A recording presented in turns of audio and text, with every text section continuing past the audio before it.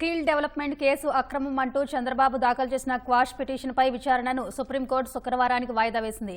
వరుసగా 2 రోజుల పాటు ఇరువైపులా సుదీర్ఘ వాదనలు విన్న న్యాయస్థానం విచారణ వాయిదా వేసింది. చంద్రబాబు క్వాష్ పిటిషన్ పై సుప్రీంకోర్టులో రెండో రోజు సుదీర్ఘ విచారణ సాగింది. జస్టిస్ అనిరుద్ధ బోస్, జస్టిస్ బేలాయం త్రివేదితో కూడిన ధర్మాసనం ఈ పిటిషన్ ను విచారించింది. చంద్రబాబు తరపున సీనియర్ న్యాయవాదులు హరీష్ సాల్వే, సిఐడి తరపున ముకుల్ రోహత్గి వాదనలు వినిపించారు. నోటీసులు జారీ చేయాలన్న రోహత్గి వాదనలను హరీష్ సాల్వే తోసిపుచ్చారు. హైకోర్టులో దాఖలు చేసిన పత్రాల ఆధారంగానే వాదనలు జరుగుతున్నప్పుడు కొత్త డాక్యుమెంట్ల అవసరం ఉండదని జస్టిస్ త్రివేది స్పష్టం చేశారు. క్రిమినల్ కేసుల్లో మళ్లీ కౌంటర్ అఫిడవిట్ల అవసరమేంటని హరీష్ సాల్వే ప్రశ్నించారు. నోటీసులు ఇవ్వడం కోర్టు విధానాల్లో భాగమని, లేకుంటే మళ్లీ మొదటికొస్తుందని రోహత్గి అన్నారు. నోటీసులు అవసరం లేదన్న విధి విధానాలపై ఆధారాలున్నాయా అని జస్టిస్ త్రివేది హరీష్ సాల్వేను ప్రశ్నించగా, గతంలో వచ్చిన తీర్పులను బెంచ్ ముందు ఉంచుతామని సాల్వే బదులిచ్చారు.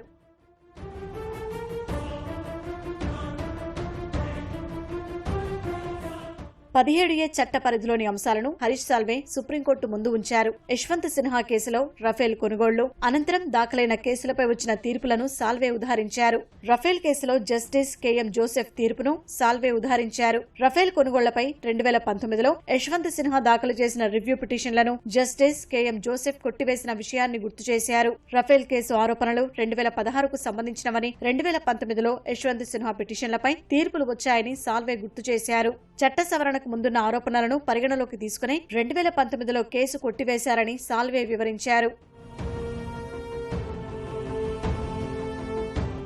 1988 అవినీతి నిరోధక చట్టం ప్రకారం పోలీసులకు దర్యాప్తు జరిపే హక్కు ఉండదని, అది పోలీసుల బాధ్యత మాత్రమేనని హరీష్ సాల్వే కోర్టుకు తెలిపారు. పరిణామాలన్నింటి ప్రకారం కేసు నమోదుకు గవర్నర్ ముందస్తు అనుమతి తప్పనిసరని సాల్వే కోర్టుకు చెప్పారు. చంద్రబాబుపై ఆరోపణల విచారణకు ముందే గవర్నర్ అనుమతి తప్పనిసరని అన్నారు. 2011 దేవీందర్ పాల్ సింగ్ బుల్లర్ కేసును హరీష్ సాల్వే కోర్టు ముందు ప్రస్తావించారు. అసలు కేసు ప్రారంభం చట్ట నిబంధనలకు అనుగుణంగా లేకపోతే తర్వాతి పరిణామాలేవి చట్టబద్దం కావని, బుల్లర్ కేసులో తీర్పు ఉందని వివరించారు. ప్రారంభం చట్టబద్దం కానప్పుడు కేసు మూలాన్ని తిరస్కరించాల్సి ఉంటుందని పేర్కొన్నారు. ఈ కేసు మూలంలోనే దోషముంది కాబట్టి బుల్లర్ కేసును పరిగణలోకి తీసుకోవాలని బలంగా కోరుతున్నట్లు తెలిపారు. చంద్రబాబుపై నమోదైన ఎఫ్ఐఆర్ నే తాను సవాల్ చేస్తున్నట్లు సాల్వే అన్నారు. అన్ని కలిపేసి ఒక ఎఫ్ఐఆర్ ను రూపొందించారని, దాన్నే తాను సవాల్ చేస్తున్నారని సాల్వే స్పష్టం చేశారు. ఎఫ్ఐఆర్ లో చంద్రబాబు పేరు ఎక్కడా లేదని, ఎఫ్ఐఆర్ చట్టబద్దం కాదన్నారు. డిజైన్ టెక్ సంస్థకు లబ్ధి చేకూర్చడం కోసం అధికార దుర్వినియోగానికి పాల్పడ్డారనేది ప్రధాన అభియోగమని సాల్వే గుర్తు చేశారు.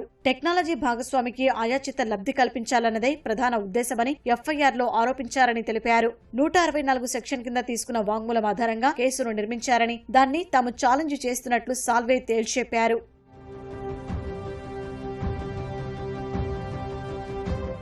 సిఐడి తరపున వాదనలు వినిపించిన ముకుల్ రోహత్గి 2018కి ముందు కొనసాగిన విచారణ కొంతవరకు సాగి నిలిచిపోయిందని, అంత మాత్రాన విచారణ జరగలేదని కాదన్నారు. 2018 మేలో మెమో దాఖలు చేశారని, అందులో అన్ని వివరాలు ఉన్నాయన్నారు. మెమోకు సంబంధించిన డాక్యుమెంట్లన్నీ బెంచ్ ముందు ఉంచామన్నారు. విచారణ ముగిశాక కాగితాలు ఇచ్చామన్న దానిని పరిగణలోకి తీసుకోవాల్సిన అవసరం లేదన్నారు.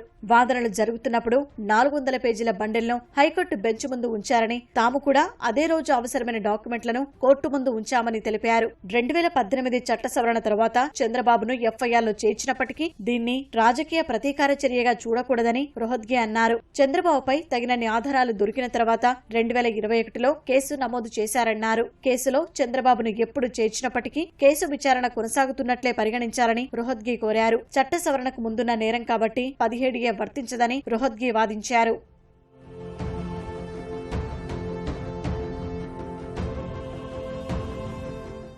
17A అన్నది నేరం కేంద్రంగా జరుగుతుందా లేక వ్యక్తి కేంద్రంగా జరుగుతుందా అని జస్టిస్ త్రివేది ప్రశ్నించారు. అవినీతి నిరోధక చట్టం ఐపీసీ 2 కలగలిసిన కేసులో సెక్షన్ 4(3) ప్రకారం ప్రత్యేక జడ్జికి న్యాయపరిధి ఉంటుందని రోహత్గి బదులిచ్చారు.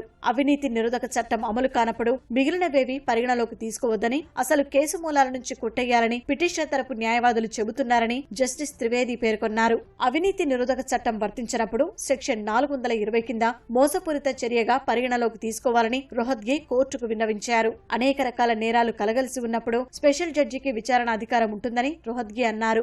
అవినీతి నిరోధక చట్టం వర్తించదు అనుకున్నప్పుడు ఇతర చట్టాలకు అనుగుణంగా విచారణ జరపాలని కోరారు.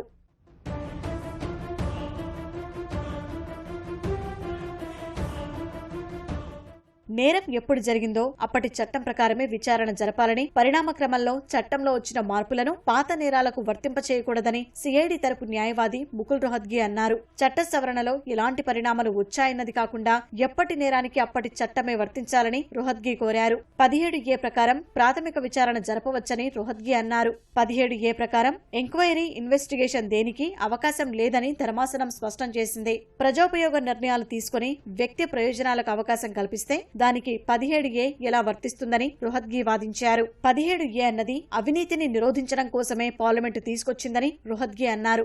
భారీ ఎత్తున అవినీతి జరిగినప్పుడు, అందులో ప్రాథమిక సాక్ష్యాలు ఉన్నప్పుడు కేవలం అధికార విధుల నిర్వహణగా పరిగణించలేమన్నారు. 17A చట్ట సవరణ అనేది నేరస్తులకు రక్షణ కవచంగా మారకూడదన్నారు. నిజాయితీ పరులైన అధికారులు, ప్రజాప్రతినిధులను అనవసర భయాల నుంచి దూరం చేసేందుకే ఈ సవరణ చేశారని చెప్పారు. నేరం జరిగిన సమయంలో ఉన్న చట్టమే అమలులోకి వస్తుందంటూ గతంలో ఇచ్చిన తీర్పును రోహత్గి ఉదాహరించారు. ఒకవేళ నేరం 2012, 2013లో జరిగినా 17Aను రక్షణగా వాడుకుంటారా అని రోహత్గి ప్రశ్నించారు.